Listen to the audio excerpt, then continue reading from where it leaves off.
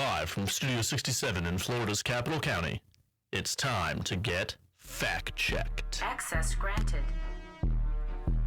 Greetings and humble salutations. Happy Friday. Hope all is well. Good people of Florida, it is your favorite local government public policy team checking in to update you on our legislative session week 2. I'm Tonette and I have Peter and Courtney. Hey guys. Hey everybody, how's it going? Hello, happy Friday.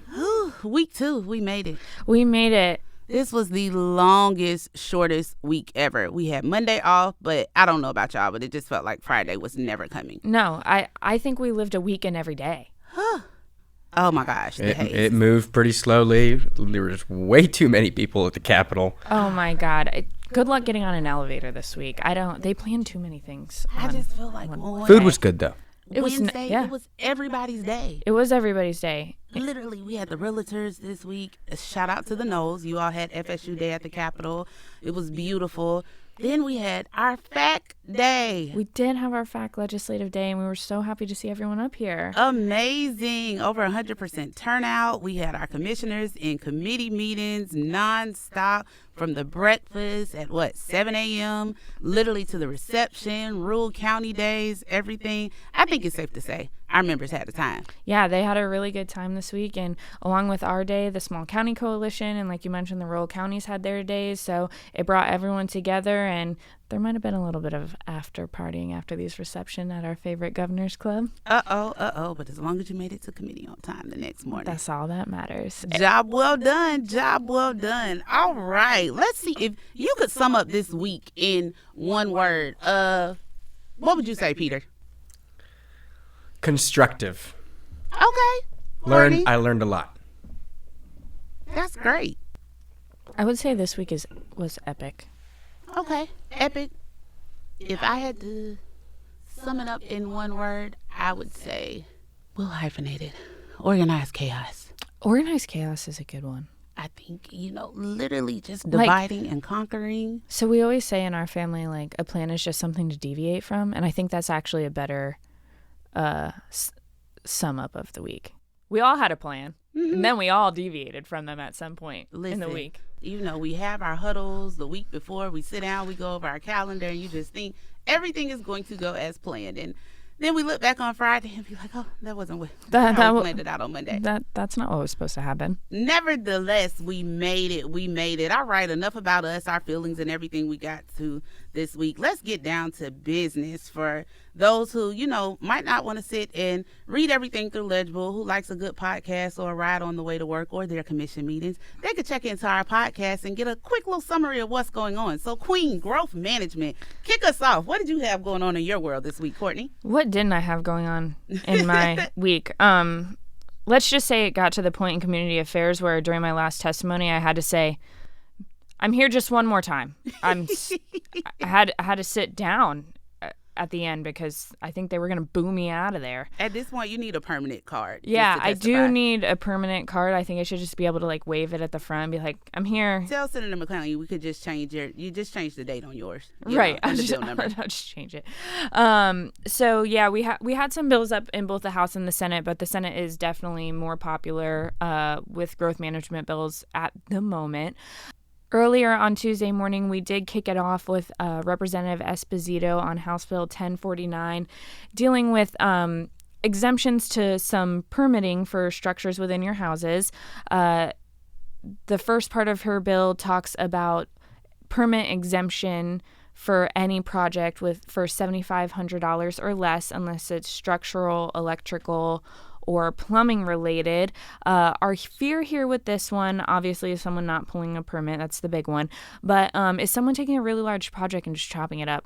And that would be pretty scary because then the local government would never know what happens, and that might open up the next owner or that owner up to potential damages, which isn't good. And then, they're going to come to the local government and be like, hey, wasn't this inspected or, something? But, that's part of the battle there in that one. And then the other portion of this bill talks about home hold generators and that a contractor can hook them up for you, no permit needed, which also means no inspection needed. And it's got us a little worrisome. So we're keeping an eye on that one.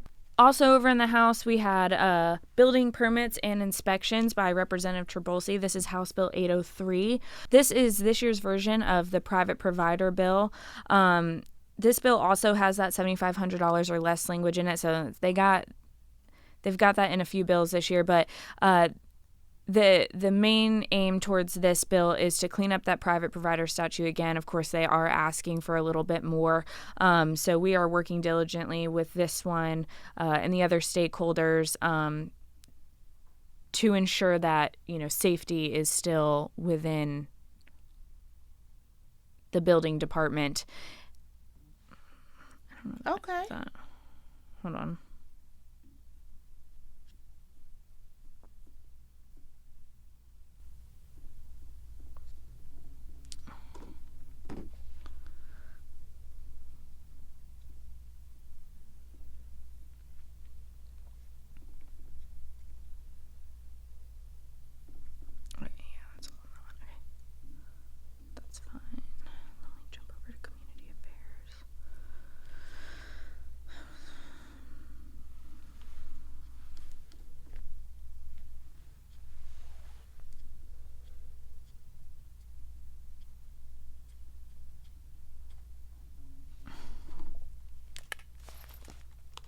Hey, is everything okay?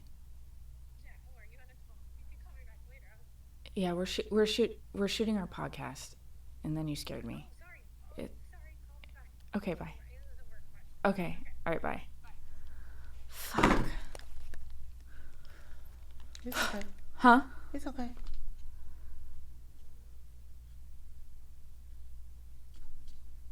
Where the fuck is community affairs? Sorry, I just want to get all these bills right. Okay. Followed up by those morning meetings later that afternoon, like I said, we did meet in community affairs where I was stationed at the podium. But we did have a few bills up, including the impact fee bill. This year, they are expanding impact fees to cap us at 100%, while also trying to utilize plans-based methodology for our impact fee studies. We are definitely seeing a problem with this one because we don't want to lock you guys into a specific way that you need to do those studies. We have those consumption-based studies. We have those plan-based studies that you guys are already allowed to use. So this bill is trying to tie our hands in two separate ways. And then on the back side of this one, we do have that provision that would allow for a developer to sue us when we owe them money back if too much has been collected due to an impact fee. And we are trying to work with the stakeholders on this one to get at what they really, really want from us at this point, just like a lot of these growth management bills. Up after that was our famous agricultural enclave, which Senator McLean did get a ton of pushback from last year. Not as much opposition this year. This one does seem to be a priority that will be moving. After that, we did have that qualified contractor bill up that you guys have seen by the newest senator, Senator Masulo. He came in and won his election just right at the beginning of this year. This bill deals with trying to create a registry and a program for applicants to use these qualified contractors for plat approvals, doing this pre-application project, working with the local government to get those expedited and approved quicker so that they can get shovels in the ground and build up quicker. We are working on this one as well to work out some of those kinks and see if this one will make it through session. And then after that one, we did have Senator DeSigley's 1, 2, 3, 4, which this bill has become comical for 5, 6, 7, 8, 9, 10 this year. And this one is actually the Senate bill to Trabulsi's 803, once again dealing with those private providers. In community affairs, we did get to support one bill by Senator Leek, Senate Bill 803, which is the public records exemption for county administrators and city managers. This has actually been in our legislative platform the past couple of years, and we are thankful that Senator Leek has filed it for us because we want to keep, our county administrators and city managers safe and their families safe as well, and get their stuff redacted out of those public records. So that is it on the growth management world. Like always, if you guys have any questions for this week, that was it. If you guys have any questions, please reach out and let me know. Was that not enough? Thank you to our growth management queen. All right, Peter, school us on what's going on in the world of tech this week. You got tech, you got water, ag. You had a lot going on this week, buddy. I did, yeah. Take us in. Yeah, well, we have a bunch of new issues. One of them is data centers. If you were at our legislative conference in November in Tampa and had the opportunity to listen to our data center panel, it is a new and up-and-coming issue. There's a lot of folks on both sides. Data centers are popping all over the country, and when I mean data centers, I'm talking about these hyperscale, behemoth campuses of buildings that are processing data information, artificial intelligence, and house servers to be able to power the needs of today. We were able to support in the Senate Regulated Industries a bill by Senator Avila from Miami-Dade County that does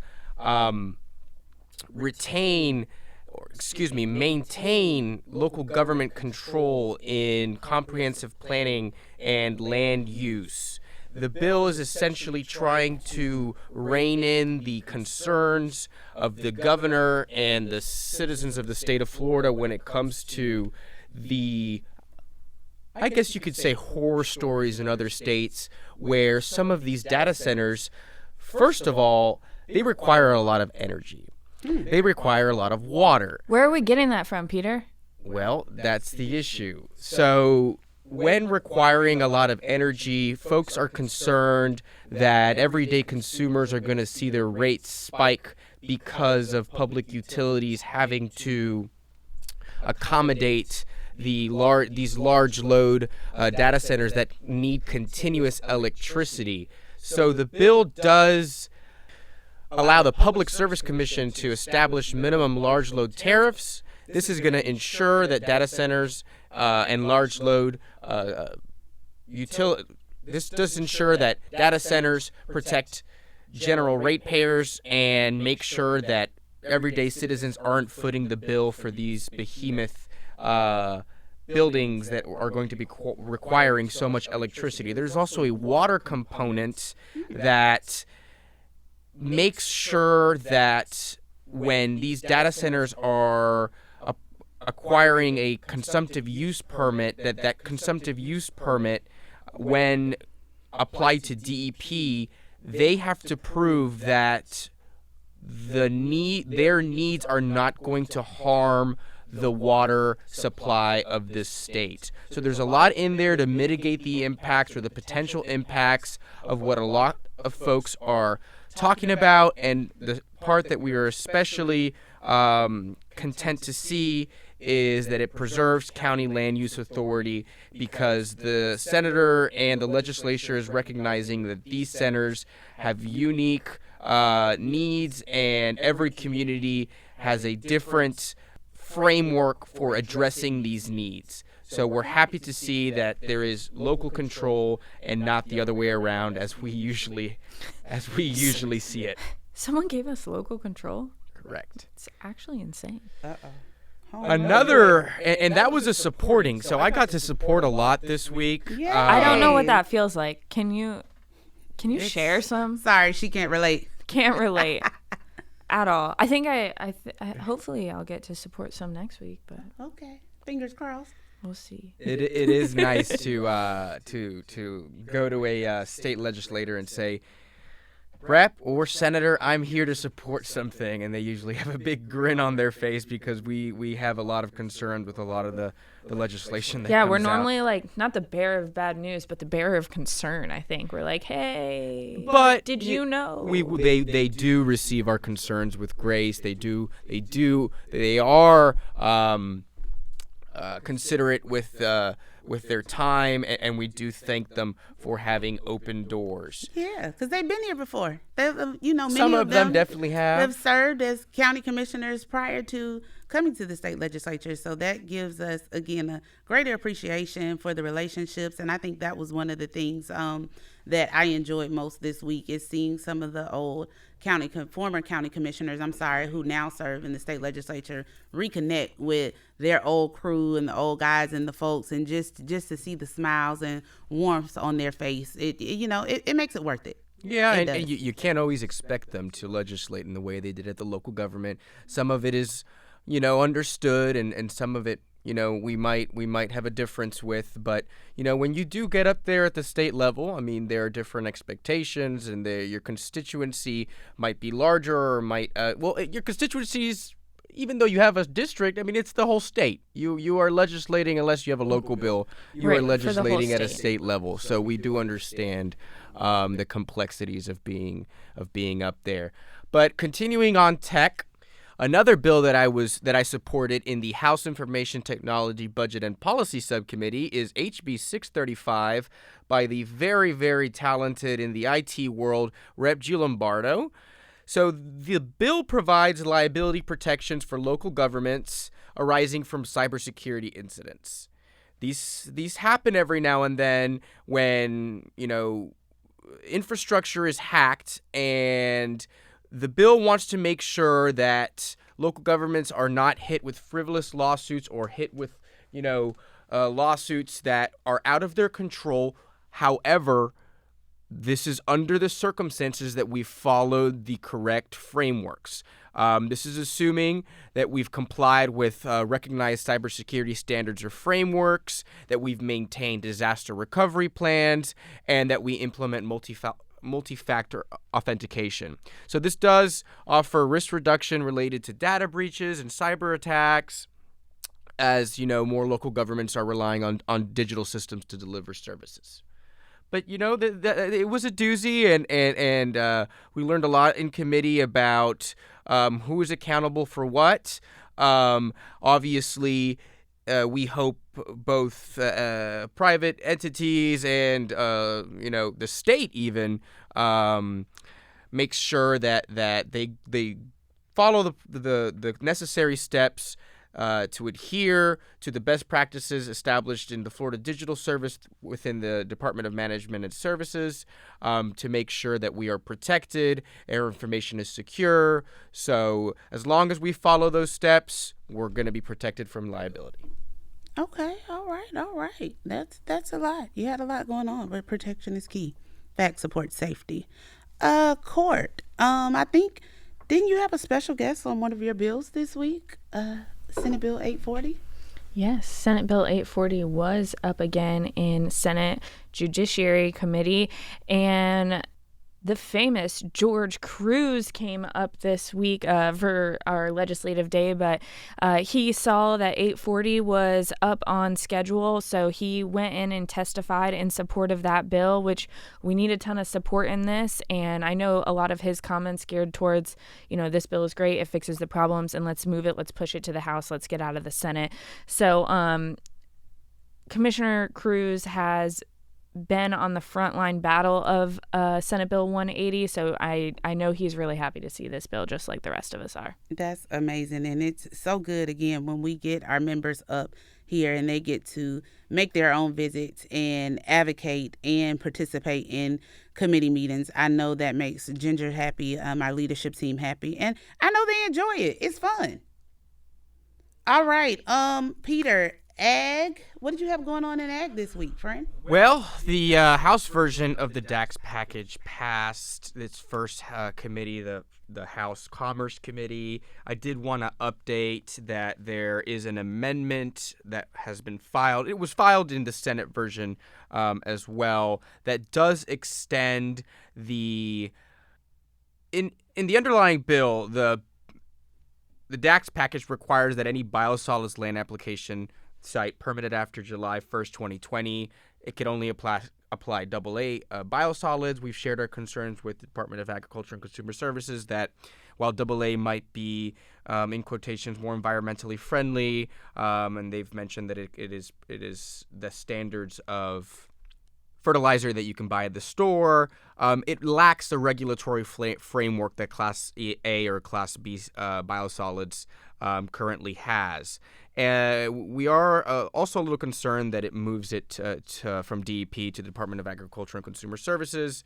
And so at first, the bill mandated that any permits for these kind of land applications must comply by July 1st, 2022.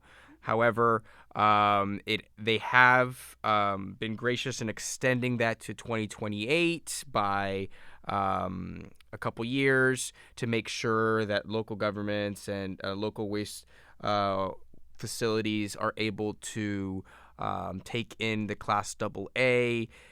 We are also highlighting that there are substantial costs in revamping some of these facilities. I've heard numbers from $500 million and a 10 to 5 year plan. So I understand that this is a priority of the legislature, so we're continuously working with them on this.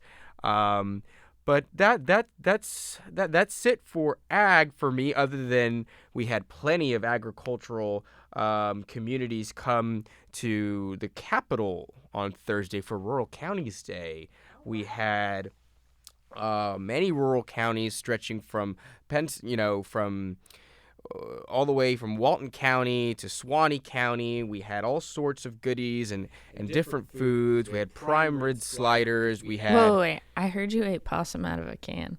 I did eat possum out of a can. Was it cooked? I think it's raw, like no, tuna, it's not isn't raw. it? Tuna's not raw out of a can. Oh God, you seafood people. I was all for it. I mean, I like trying different foods, so I ate possum The out of only a good can. thing at a Rural County Day is the strawberry shortcake. Let's get real. It's down at the end. Everyone knows where it is, where the booth is. I mean, I'm not much of a still sweet stuck guy. on this raccoon possum out of a can. Was it raccoon? All right, or the was it sliders are It's pretty possum. good too. How did it taste? Did you have A1? It actually or tastes like corned 57? beef. It tastes like corned beef. Oh, Isn't there an oyster? Doesn't somebody do oysters too? Yes, that was. They like shuck them and put them on a cracker for you, and the little tiny Tabasco sauces come with them. Yes. So Wakulla had oysters. They also had posies. I don't know if shout out to Wakulla for bringing up posies. I go down there, eat a lot by Panacea. They had a fish fry. So we had a bunch of different communities come up, and we were very happy to see them. So yeah, and that's the agricultural world for me. oh wow! That sounds like you had a. I'm still just trying to picture the possum. I forgot to wear my cowboy boots. I'm still upset about it. Oh my gosh! I think I was the only yeah. one on the team that wore my cowboy boots on Thursday. You did? Yeah, see, no one even noticed. I did not realize you had cowboy boots on yesterday, girl. Yeah, I had a flower skirt and cowboy boots Well, on. you should have told somebody. I still have Listen. mine from Cowboy Carter. So I'd say policy is it's like 90% of our job. Like, obviously, this is what we do. Mm-hmm. But the fashion and keeping up with the days is like a whole other side of it. Somebody just remind me of. I got on the elevator. I heard somebody talking about flamingo. For the Keys Day. You gotta So wear pink. So I don't know what happened in Tuna. I'm sure it was like this before you left, but then they redid the elevators in the Capitol, and they're like no longer allowed to hang up the posters in the elevators because that's how we used to find out when everything was. You're right. It used to look like a high school locker in every elevator, and people would A tape. homecoming campaign week. Yes, but it was like that all session. And then like every week, someone would go take down what already happened and put the new ones up. And now there's no Scotch tape allowed in the elevators or something. I don't never know. thought about that. That's how you. So right. That's how you used to know. Like there was Lily Pulitzer Day. There's the Keys Day. There. I mean, all the days used to print out their flyers like it was. Literally everything. Wow, I did not think about that. Yeah, and then we got these new elevators that everyone still hates, but they're way better than the old elevators. I felt like we were never going to get anywhere on. I think Wednesday was the most I probably caught the stairs this session in community. Yeah, if it's more than one flight, I'm taking the elevator. I said, Unless we're going down, I can go down pretty after quickly, waiting like 6 times and I could not get on the elevator on Wednesday, I said, okay, it's time to pivot. All right, enough about our woes from this week. Let's kick it into the leader of our PAC, our deputies dive in on property taxes. So on Thursday, in the House Ways and Means Committee, House Bill 203, the phase-out elimination of non-school property tax for homestead, favorably by Representative Miller. That bill passed through committee, and it proposed a constitutional amendment, my apologies, that I think significantly expands the homestead exemption from all ad valorem taxes other than school district levies. And this would begin January 1st, 2027. The exemption would increase by $100,000 annually for 10 years. And by January 1st, 2037, it would fully exempt homestead property from county and municipalities, excluding school taxes. Another one of our property tax bills that our deputy got up and worked this week was House Bill 213. Wasn't that by Representative Griffiths? Yeah, that was the modification of limitations on property assessment increases. And I think Jeff testified on that, didn't he? He did. Yep, and he took folks with him. And that bill proposes a constitutional amendment that would significantly modify property tax assessment limitations and impose new fiscal constraints on county and municipalities. From a local government perspective from us, and this is the point that he stressed to members, is that the resolution would change how assessed values increase for both homestead and non-homestead properties. And I think he had another one, local business taxes. Wasn't that up on what? Tuesday. Wednesday morning. It was early in the morning, or was it Tuesday morning? I think that was Tuesday, our first day back. I think it was Tuesday. Yeah, he had this Monday day off. I don't know. Literally, it's just throwing everything off. And another bill he had to work on Tuesday. Gosh, he didn't get a break, but I think he enjoyed this one because it was what I think I call him the dean of the former county commissioners caucus, Senator McClain. Oh, that was pretty good, Tonette. I mean, I like that. I think we might as well just give him the title. I think we got to talk to Jeff and Boss Man about that. Give him the title and expand his office, because that's all we seem to hang out the most. We just need a conference room up there. Just a conference room up there. I think he has like 30 something bills filed, and like over half of them are ours. We just hang out in his office. Literally, it's just like, oh, okay, they're coming again. Man. They're coming again. So yeah, in the world of property taxes, that's what our deputy had going on. I know you said we should have the flyers that were hung in the elevators.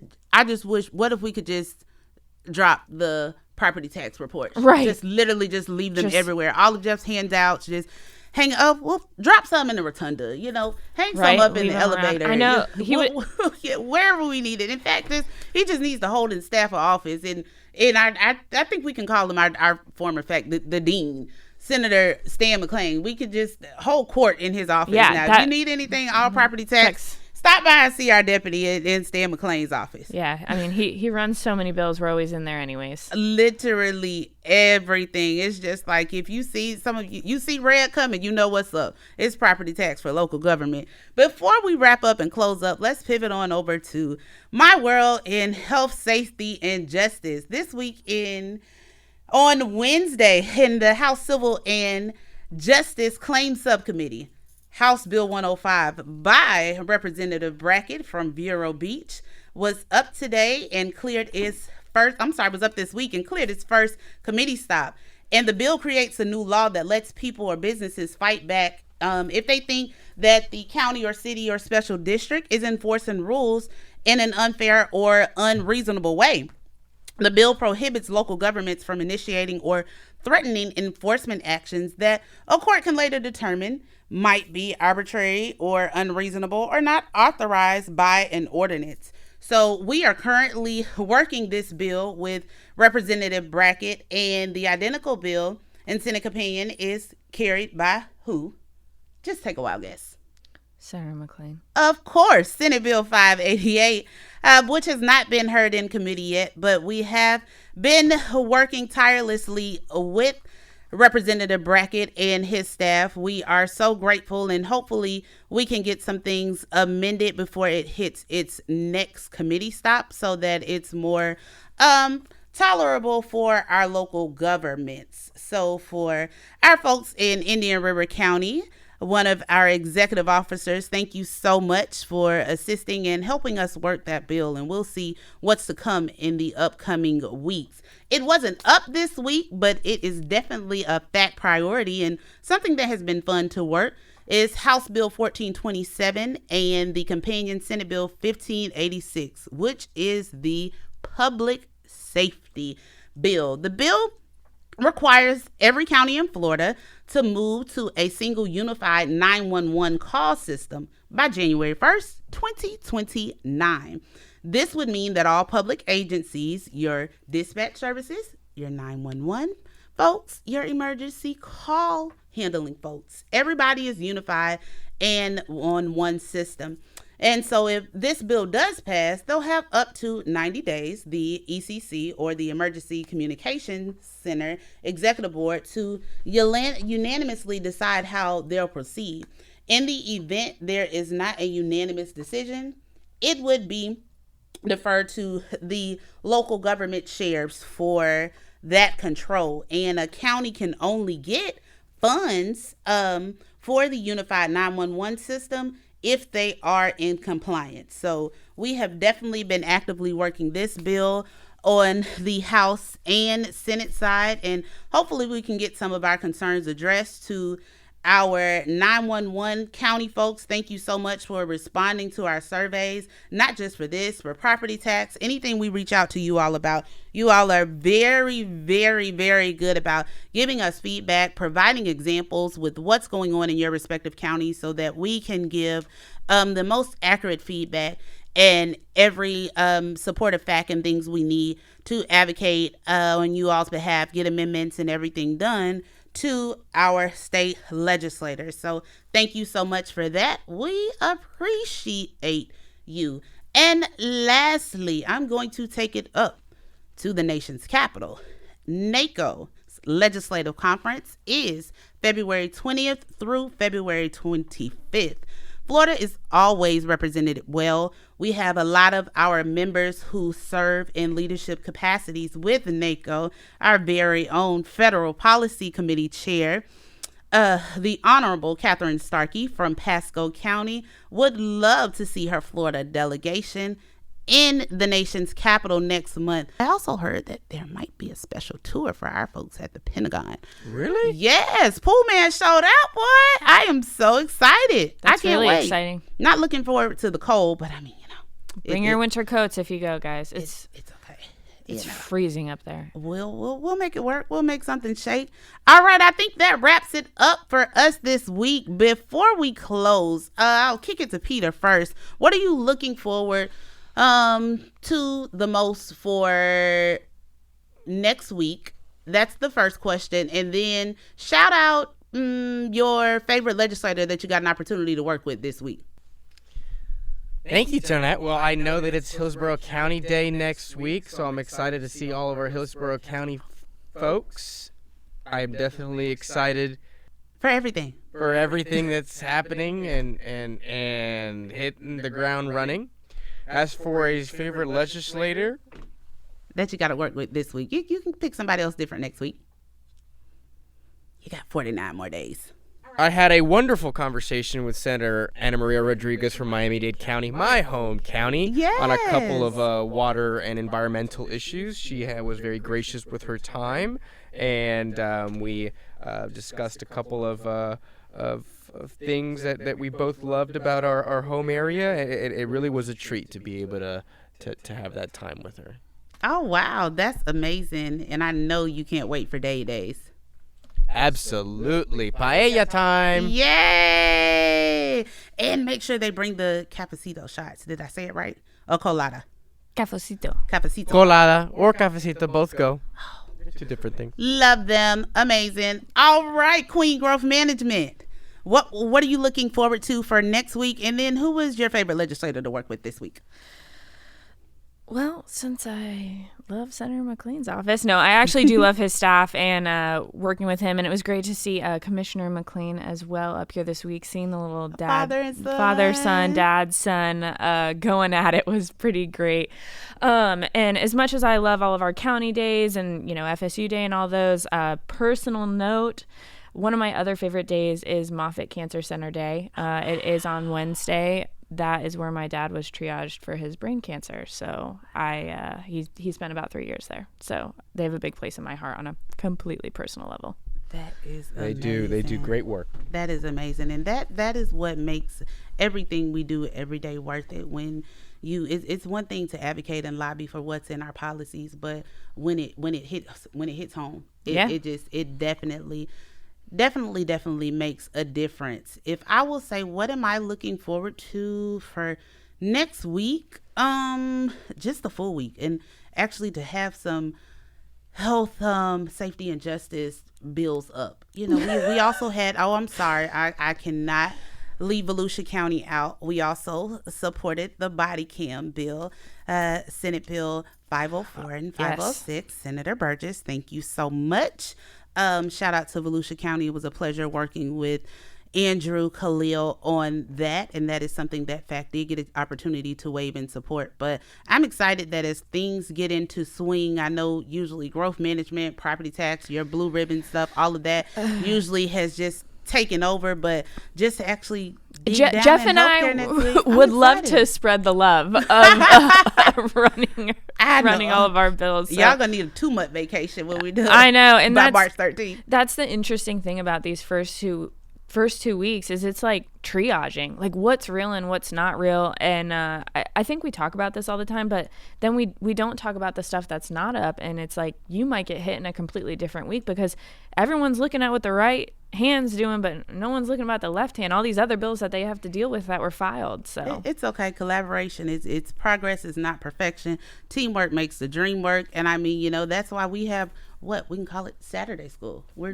never not study working. Study hall. We are going to get it done. And I think if I have to shout out a legislator, I have to bring it to our district, our home district, the Honorable Gallup Franklin. He was definitely a great help. Definitely supports local government, but he definitely went above and beyond to assist me with getting in with some of his colleagues this week. So I definitely appreciate it because it's no more stop by, get a calendar appointment and all of that. It's literally you're catching people coming out of committees, going to their committees, getting off the elevator, lunch, might even be coming out of the bathroom. You just got to get it how you live to get it done.